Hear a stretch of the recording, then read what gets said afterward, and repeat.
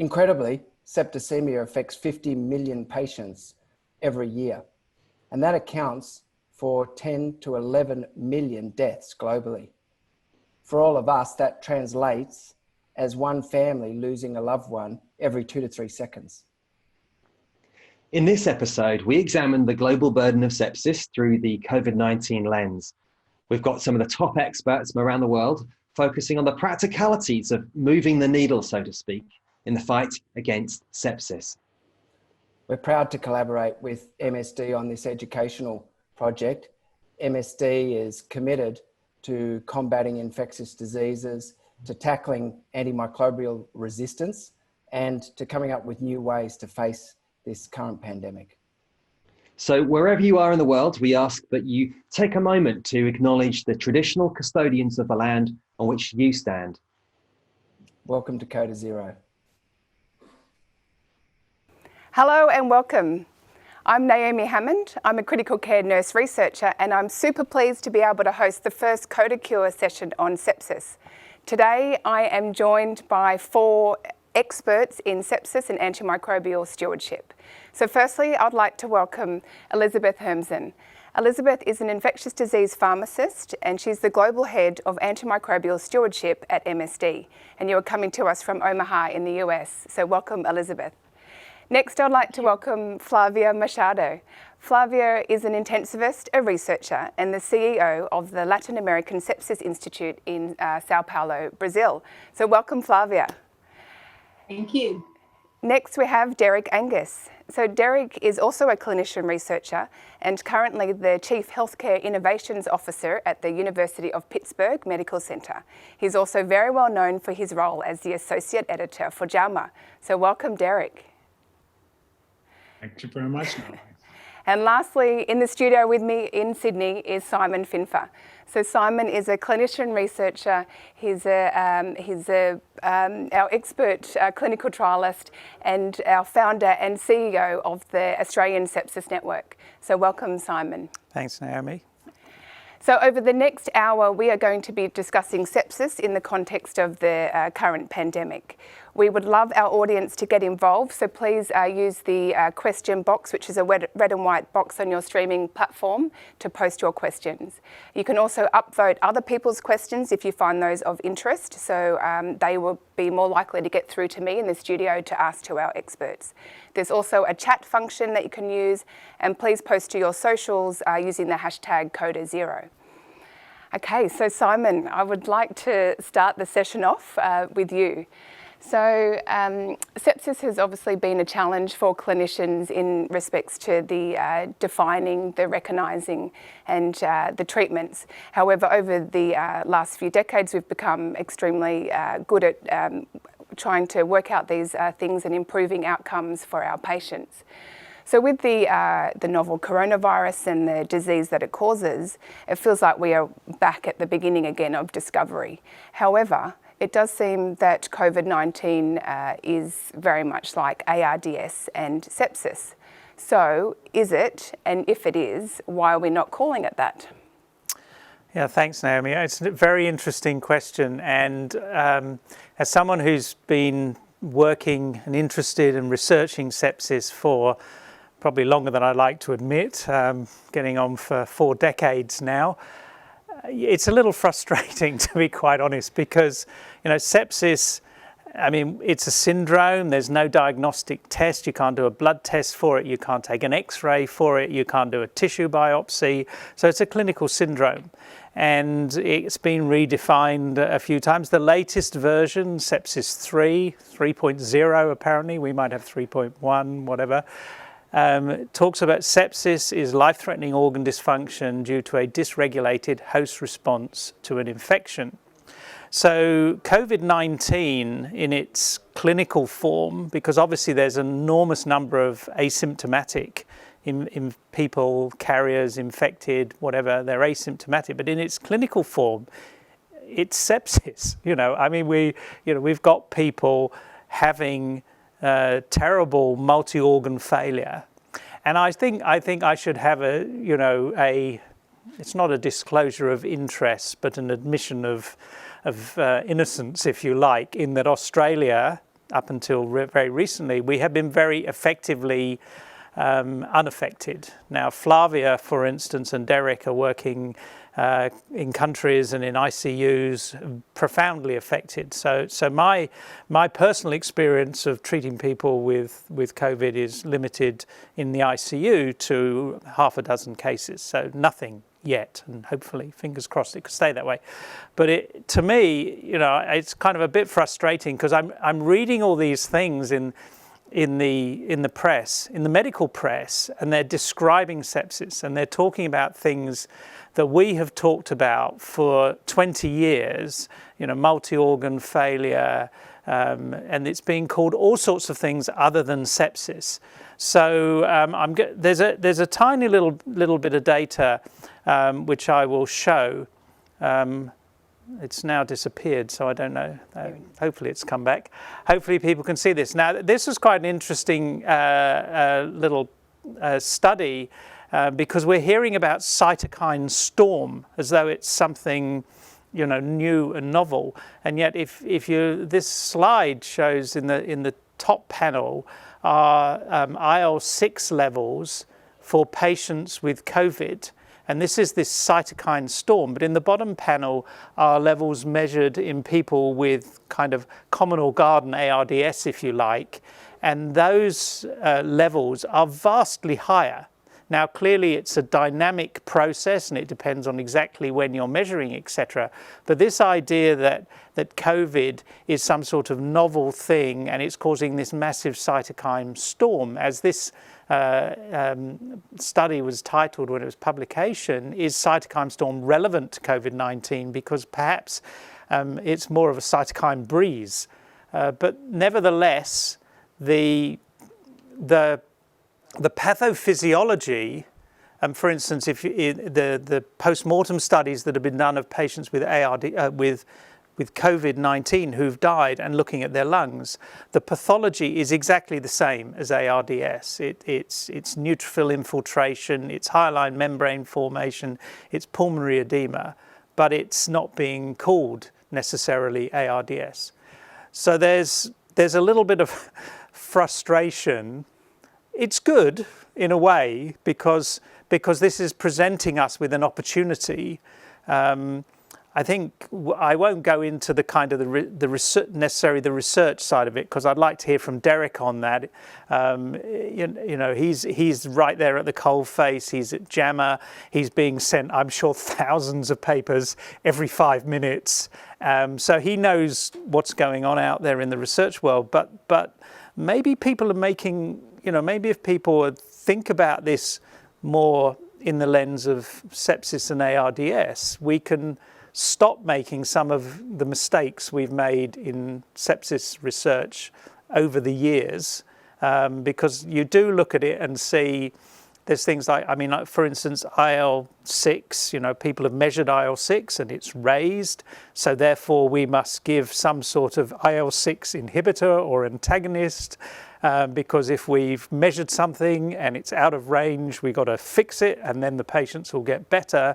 This is what we've been doing in sepsis research for decades. And how many drugs do we currently have licensed to treat sepsis? 0.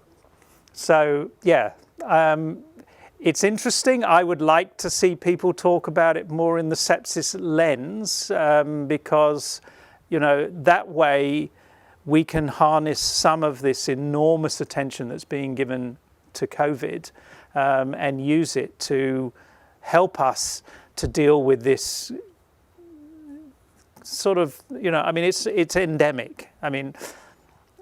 We hear about epidemics of obesity. Now, pretty much the only thing I remember from my community medicine teaching at medical school was an epidemic. You was required to have an increase in incidence followed by a reduction in incidence, and a pandemic, the same thing. It's up and down. Sepsis is endemic with an increasing incidence. So it's hopefully we'll get on top of COVID. Hopefully, for the first time ever, the human race might produce a vaccine. But when we've done that, hopefully we do that, we'll still have what you might call common or garden sepsis, killing, as Roger said, tens of millions of people. Yeah. Thanks, Simon. So COVID is sepsis. So do you think that COVID-19 should be getting all the attention and funding that it is getting? Yeah, that's an interesting question. I just hit you with a little bit more data. I mean, I took this snapshot. This is obviously from Johns Hopkins. They're tracking COVID. Their data is being reported very regularly. And I took this at approximately 6 months into the pandemic. So you can see the total confirmed cases of just over 17 million and 673,000 identified deaths. Now, if you take 6 months of sepsis, according to the global burden of disease data, we would expect to see 25 million episodes, cases, so more than we're seeing with COVID in a 6-month period, but 5 million deaths. So instead of these 673,000, we would have 5 million deaths if I was putting up a slide of sepsis. Now, obviously, there are many caveats there because the data is not being collected everywhere. There was a very interesting research letter, which I'm sure Derek is familiar with, in JAMA, which looked at actually the number of excess deaths in the US death data. So when the US was saying that we have 120,000 deaths due to COVID, when you looked at, which was January to April of this year, and then they looked back 5 years and they age adjusted it and did various things that one should do with such observational data. And they said the actual excess number of deaths in the US over what would be expected was 180,000. So we could safely assume that even in the US, where there is good data, there may be 50% more deaths being reported. So if we're currently talking about 150,000 deaths, it's probably more like 225,000. And that's in a country that has, we hope, reasonably good death certification data. So around the rest of the world, I think we can expect that actually the number of deaths is far more. So numerically, I could make an argument, although I wouldn't make it very strongly, that sepsis is actually normal. In this 6-month period, we would have seen far more deaths from sepsis than we have seen from COVID. There are clearly reasons why COVID is getting the amount of attention it's getting, because it's spreading, it's going global, its potential to do far more harm is clearly there. There are some striking differences, I have to say, about COVID, and particularly its epidemiology, because in those 11 million deaths that the global burden of disease estimates from sepsis, that was the 2017 data. The real burden of that was in sub-Saharan Africa, which really doesn't show up very red on this data at all, and also in the under 5s. Whereas, about nearly half those 11 million deaths occurring in children under the age of 5, and a lot related to diarrheal diseases, etc.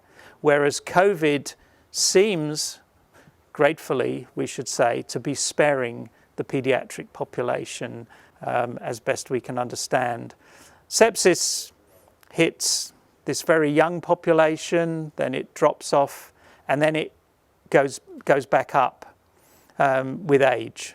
In fact, your risk of dying from anything tends to go up with age. But there's this peak of very young children. With COVID, we don't seem to be seeing that. Okay, thanks, Simon. So I want to go to audience questions, but firstly, supposedly Derek never allows you to speak for this long without interrupting. So I was wondering, Derek, if you wanted to make a very quick comment at all, or observation at all about what Simon has. He's only allowed to agree with me, okay? You're only allowed to agree with him. Well, we'll see. So Derek, just a quick comment. I totally agree with some of the things Simon said. So I think COVID is both a sepsis syndrome, but it has some unique flavors. So there's two ways in which I think it's not sepsis. One is much of the pathophysiology is very similar, but there also is some evidence, for example, of a relatively unique endovascular opathy, an endovasculitis, whatever we want to call it, that looks a little unusual in comparison to traditional sepsis. And the other thing is, for the vast majority of patients, depending on whether you believe remdesivir works or not, the pathogen is proceeding unabated, whereas in most sepsis, we will have antibiotics that will control the pathogen, and then we're left largely dealing with the host response to what is often now an eradicated pathogen. So I think it's definitely in the family of sepsis syndromes, but it definitely has some unique features, and it probably needs a two-pronged approach. Strategies specifically targeting COVID, and strategies totally trying to learn lessons learned from the broader research agenda in sepsis and ARDS. Thanks, Derek. So I'll go to audience questions now. Thank you for sending these through. So the first question, Simon, why is the host response so variable in sepsis? Well, I think just to answer that question, but also to address Derek's comment, the really interesting thing to me about COVID is we have this massive incidence of a sepsis syndrome, whatever, let's call it sepsis. Okay, we have a massive incidence happening, identifiable from one infecting organism. That is an enormous opportunity, because normally we look at sepsis and it's this hodgepodge, average chicken soup, noodle soup kind of sepsis that's abdominal sepsis, respiratory sepsis that's viral and bacterial and so on. And we're taking all the average of this and then trying to find a treatment for it. Here we've got something that is a single microorganism, and it gives us an opportunity to really hone in on certain things from a research and treatment point of view. And it is demonstrating to us, because we've got this single organism, this single virus, that people are able to look at things, for instance, the genetics of ACE inhibitors and ACE receptors and so on, and identify that there's already been some quite nice papers looking at genetic heterogeneity, families that have particular genes to do with ACE receptors, for example, who are either very susceptible or not susceptible based on that. So you've got this single infecting organism, and you can look into this. Why is the host response so variable to this particular virus? And you might find that people who are incredibly sensitive to COVID and it's going to kill them have some genetic variation that's going to make them resistant to something else. We already know that there are various genetic profiles that make you particularly prone to sepsis or a pronounced inflammatory response to something. So a lot of it, I think we're going to, again, COVID is providing us with an opportunity to study with one particular infecting organism.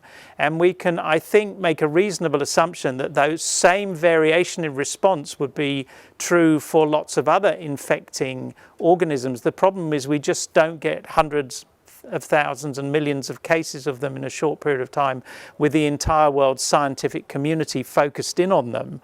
So the opportunity to learn about why that heterogeneity exists is not so obvious and not so easy.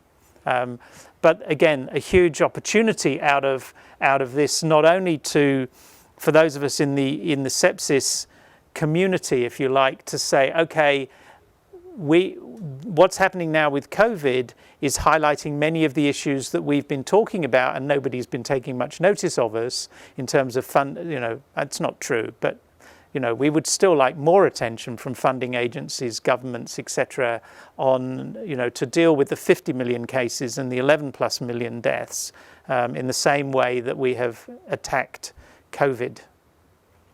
Thanks, Simon.